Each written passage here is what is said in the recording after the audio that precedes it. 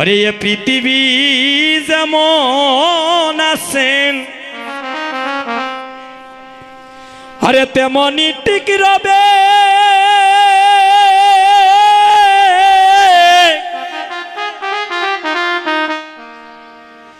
সুন্দর পৃথিবী একদিন সবার ছেড়ে চলে যেতে হবে। কথাগুলা কি মিথ্যে দাদা? অকুনা সে যত বড় এগো রাজা জমিদার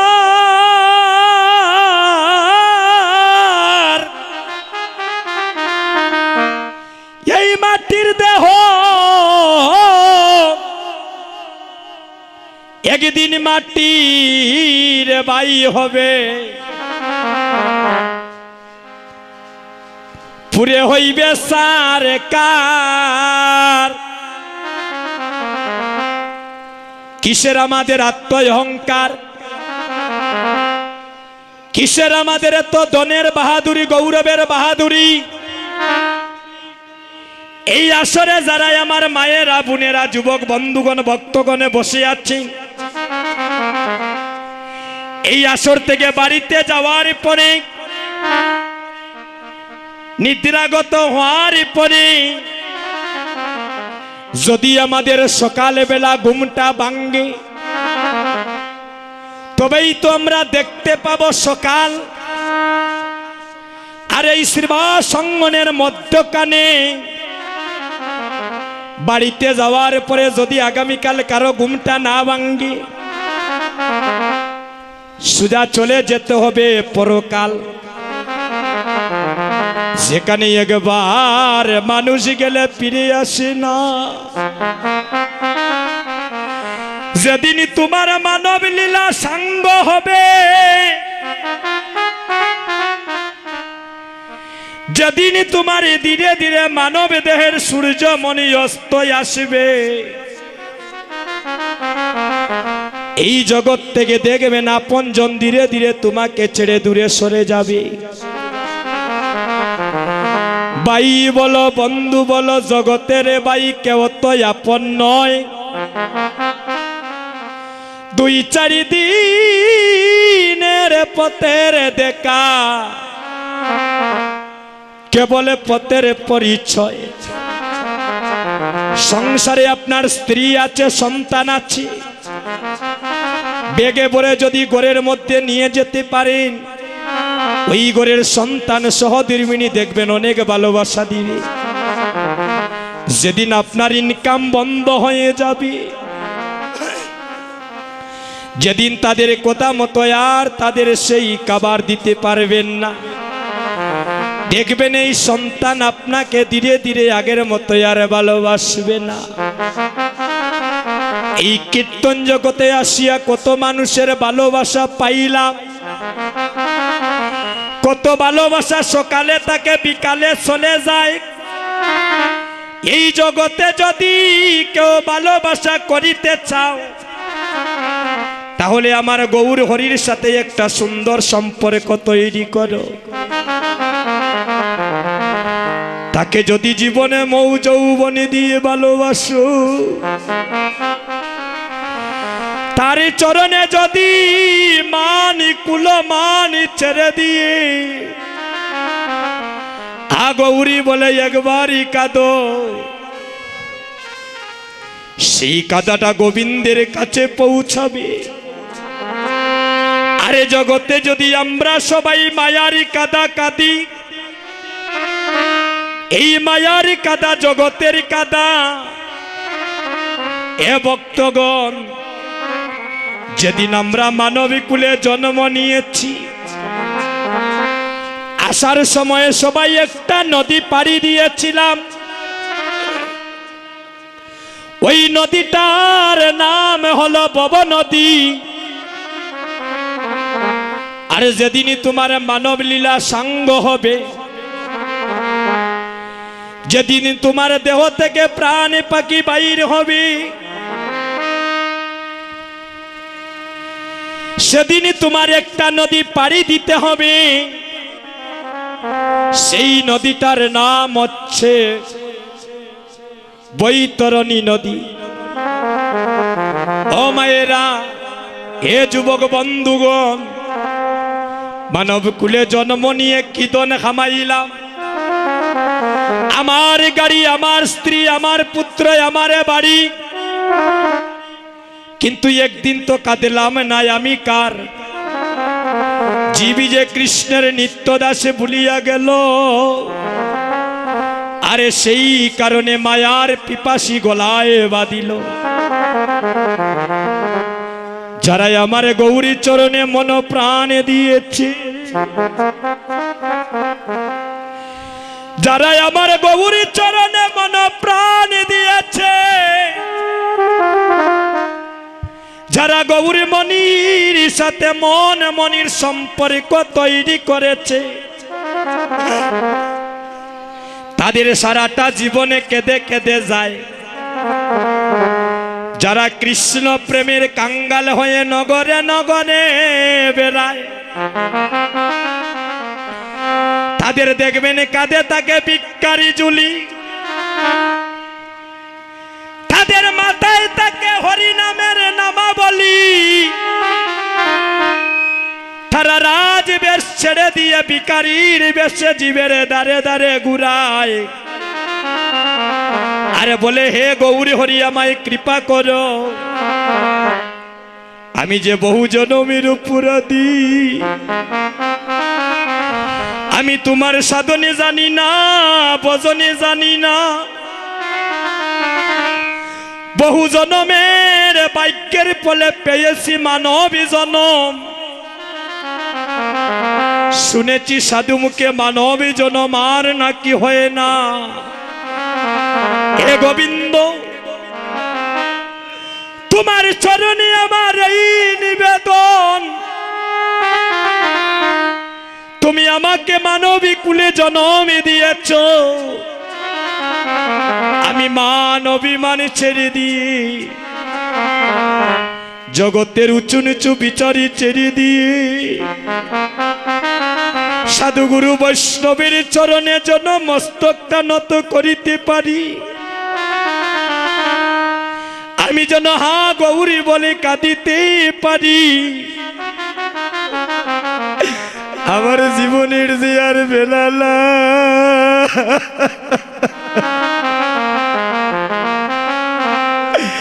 কখন জানি আমার প্রাণে বাকি যাই রে রে।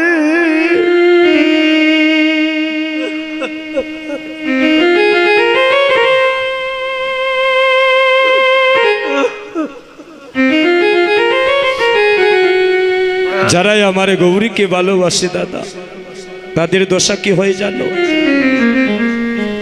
তাদের দেখবেন ঘরেও জ্বালা, বাইরেও জ্বালা। তাদের সদা সর্বদা দেখবেন কৃষ্ণ প্রেমের দাবানল অন্তরে জ্বলে।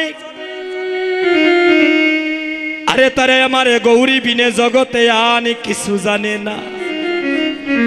যেখানে ভক্ত সঙ্গ হয় পাগলের মতো ছুটে যায়, তাদের শয়নে গৌরাঙ্গ, আরে স্বপনে গৌরাঙ্গ।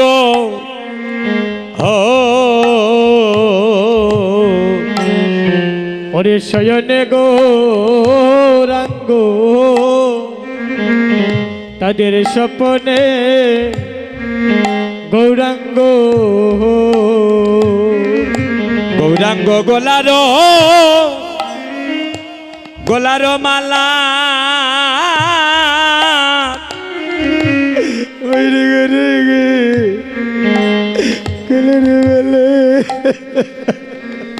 আয় হায় রে গৌরাঙ্গ গোলারো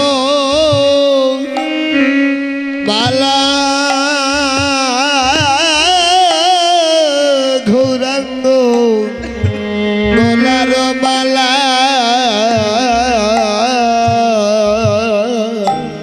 ও হায় রে গৌরাঙ্গ গোলার মালা। গোবিন্দ ও হায় রে তাদের গৌরাঙ্গ গলার মালা হরে গৌর তাদের জীবনে গৌরাঙ্গ ওরে ওরে গৌরাঙ্গ ও তাদের জীবনে গৌরাঙ্গ বাইরে মরণে গৌরাঙ্গ ও তাদের জীবনে গৌরাঙ্গ তাদের মরণে গৌরাঙ্গ তাদের জীবনে গৌরাঙ্গ ধরনে গৌরাঙ্গ তাদের গৌরাঙ্গ গলার মালারে এ ও ভক্তগণ তাদের গৌরাঙ্গ গলার মালা ও হায় রে গৌরাঙ্গ গলার গোবিন্দ রে ভক্তি গৌরাঙ্গ গলার মালা তারা গৌরী বিনে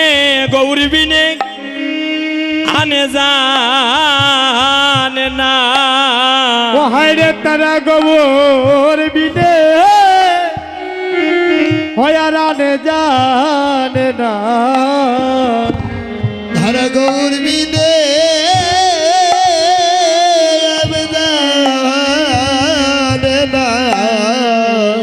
যারা আমার গৌর চরণে মন প্রাণে দিয়েছে তাদের গৌরী বিলে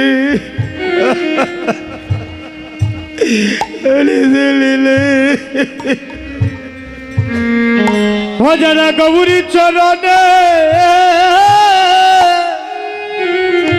মন প্রাণী দিয়েছে তারা গৌর বিনে হয়ারানে জানে না ও তাদের কেঁদে কেঁদে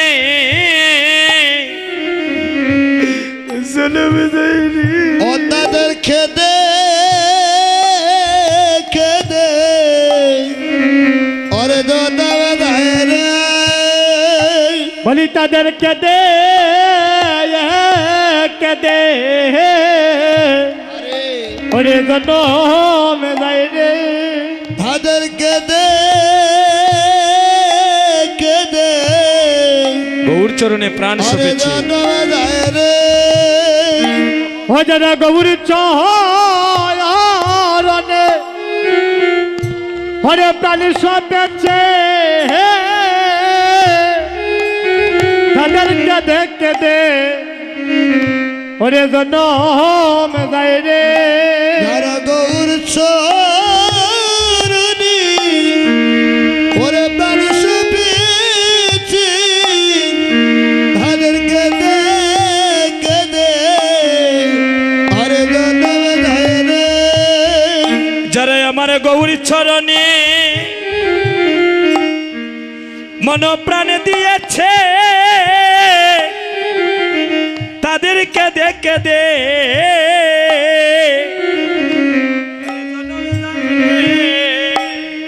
অজানা গৌর চরণে হমন প্রাণ দিয়েছে ও তাদের কেদে কেদে ওরে জন্ম যায় রে ধারা গৌর চরণী মন প্রাণ দিয়েছে তাদের কেদে কেদে হরে দন্ডব যাই রে ও তাদের গরে জ্বালা তাদের বাইরে জ্বালা নিতাই গৌর হরিব রাধে 84 লক্ষ জুনি করিয়া ভ্রমণ তারপরে পেয়েছি আমরা দুর্লভ সাদের মানব জনম। আসতে ভাই একটু কথাগুলা শুনেন। আমিনুর আদমের কথা হয়তো আপনাদের জীবনে কোনোদিন কাজে লাগতে পারে। কীর্তন রে ভাই 3 ঘন্টা 4 ঘন্টা শুনতে হয় না, 5 মিনিট ভক্তিভাবে বসে হরিনাম শ্রবণ করিলে কোটি জনমের কীর্তন শোনা হয়ে যায়। আর আমাদের মন যদি এখানে না থাকে তাহলে আমি কার কাছে বলবো দাদা? আমি তো আপনাদের এলাকার মানুষ, আপনাদের বাড়ির মানুষ। আমার বাড়ি শানেশ্বর গ্রাম, বিয়ানীবাজারে। আমার বাড়ি তো বেশি দূরে নয়। আমি শুনেছিলাম যেখানে এলাকার কীর্তনিয়া থাকেন সেখানে নাকি এলাকার মানুষের সাপোর্ট কম থাকে, কিন্তু আজকে সত্যি আপনাদের একটু ভক্তের আগমন দেখে আমিনুর আদম নিজেকে ধন্য মনে করছি। আমাদের বিয়ানীবাজারে আমার অনেক প্রোগ্রাম আসে, এই গোবিন্দের সম্মুখে বলছে, কিন্তু আসলে পারি না আমার রাখতে। অনেক স্থানে অনেক আগে কীর্তনগুলা রাখা হয়ে যায়। এই বছর আমাদের জলডুবেও আসি আমি পৌষ মাসে। এই লাউতাওয়ে কীর্তন করেছিলাম। আমাদের এই বিয়ানীবাজারে প্রথম আমি এই থানার পাশে আমাদের টাউনের ভিতরে আমি কীর্তন করছি। সুযোগ হয় নাই, এটার জন্য আমি মনে হয় কোনো জনমের পাপী, তাই অনেক বিলম্ব হয়ে গিয়েছে আমার দেশের মানুষের চরণধুলি পাইতে। ভক্তগণ, এটা আমি গর্ব করে বলি না, আপনাদের আশীর্বাদে এই বয়সে যত স্থানে আমি গিয়েছি ভক্তের পদধূলি পেয়েছি, আমি আপনাদেরকে বলে শেষ করতে পারবো না। শাস্ত্রে কি বলছি? মানব কুলে জন্ম নিয়ে যদি ওই দেহ গুরু গোবিন্দের সেবায় না লাগে, মৃত্যুর পরে তার দেহটা শ্রীগাল কুকুর পর্যন্ত বক্ষণ করিতে চায় না।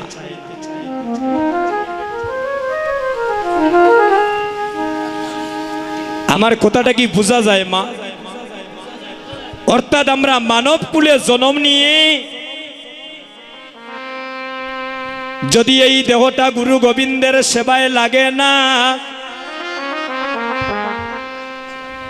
আমরা মানব কুলে জন্ম নিয়ে একবারে যদি হা গৌরী প্রাণে গৌরী বলে ডাকতে পারি না, মানব কুলে জন্ম নিয়ে এই দেহটা যদি গোবিন্দ সেবায় লাগে না, আমাদের মৃত্যুর পরে এই দেহটা শ্রীগাল কুকুর পর্যন্ত বক্ষণ করিতে চায় না। তার প্রমাণ আমি একদম সংক্ষেপে বলছি দাদা, আমি লীলায় চলে যাব। একদিন আমার পরমেশ্বর ভগবান শ্রীকৃষ্ণ একটা নির্জন স্থানে বসে আছে। শুনবেন, খুব দামি কথা দাদা। অন্য প্রান্ত দিয়ে হেঁটে হেঁটে অর্জুন আসছেন শ্রীকৃষ্ণের নিকটে। আমায়েরা, আমার ভগবান শ্রীকৃষ্ণের রথের সারথি কে গো? অর্জুন। ভগবান গীতার মধ্যে বলেন নাই, সর্বধর্মানে পরিত্যাজ্য মামেকং শরণং ব্রজ ওং তাং সর্বপাপস্য মুক্তস্যামি মা শুচ। আমি আমার ভক্তের বোঝা বহন করতে বড়ই ভালোবাসি। আমার ভক্ত যদি ভক্তিভাবে আমার কাঁধে তুলে দেয়, কারণ আমি ভক্তের অধীন ভগবান, আর নিজে ছোট হয়ে বাড়াই ভক্তের মান। ভক্তই আমার মাতা পিতা, ভক্তই আমার গুরু, আর ভক্তই আমার নাম রেখে দিয়েছে বাঞ্ছা কল্পতরু। ভক্তের হাতে আহারি করি, ভক্তে দিলে খাই, আর ভক্তের যেদিন দেহ তরি অচল হয়ে যায় আমি নিজে বইটা ভাই। হরি বল। অর্জুনকে বলছেন, অর্জুন তুমি এমন ভাবে বদন নিয়ে আমার দিকে তাকিয়ে আছো, তুমি কি আমাকে কিছু জিজ্ঞাসা করবে? অর্জুন বলছেন, কৃষ্ণ আজ আমার মনে বড় সাধ, একটা বাসনা জেগেছে, যদি তুমি সেই আশাটা আমার পূর্ণ করো। মাগো, আমরা জাগতিক জগতের মানুষের আশার চাওয়া পাওয়ার শেষ নাই। অর্জুনকে বলছেন, অর্জুন বলো তোমার কি মনে ইচ্ছা, তোমার কি বাসনা, আমি চেষ্টা করব আমার জীবনের সর্বস্ব দিয়ে তোমার মনের বাঞ্ছা পূর্ণ করিতে। অর্জুন বলছেন, কৃষ্ণ আমার মনে ইচ্ছা আমি গঙ্গা স্নান করব, যদি তুমি আমাকে গঙ্গা স্নান করাতে নিয়ে যাও আমার অনেক দিনের ইচ্ছাটা পূর্ণ হবে। হরি বল। কৃষ্ণ বললেন, অর্জুন আচ্ছা আমি তোমাকে কথা দিলাম, আগামীকাল আমি তোমাকে সকালবেলা গঙ্গা স্নান করাতে নিয়ে যাব। পরদিন রথে করে অর্জুনকে সঙ্গে নিয়ে গঙ্গা স্নানে যাচ্ছেন। ভক্তগণ ও মায়েরা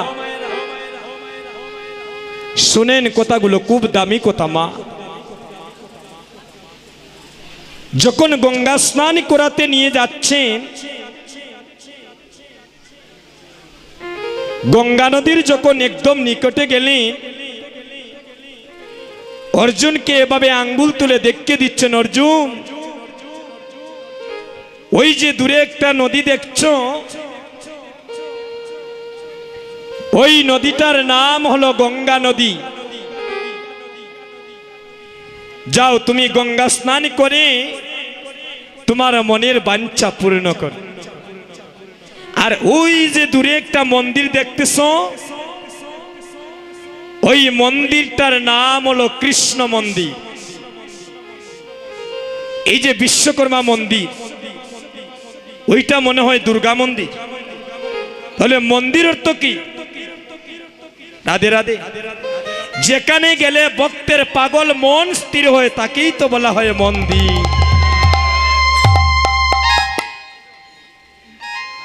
যেখানে গেলে অশান্ত মন শান্ত হয়, যেখানে গেলে মন স্থির হয়ে কৃষ্ণ সেবায় লাগে তাকেই বলা হয় মন্দির। ওই কৃষ্ণ মন্দিরে আমি থাকবো। যাও অর্জুন তুমি স্নান করে এসো। ধীরে ধীরে অর্জুনে যাচ্ছেন গঙ্গা স্নানে করিতে। যখন একদম নদীর নিকটে গেলেন, ওই নদীর নিকটে গিয়ে এই দেখেন উত্তরীটা দেব, আমার দিকে একটু লক্ষ্য করেন মা। ওই নদীর নিকটে যখন গেলে,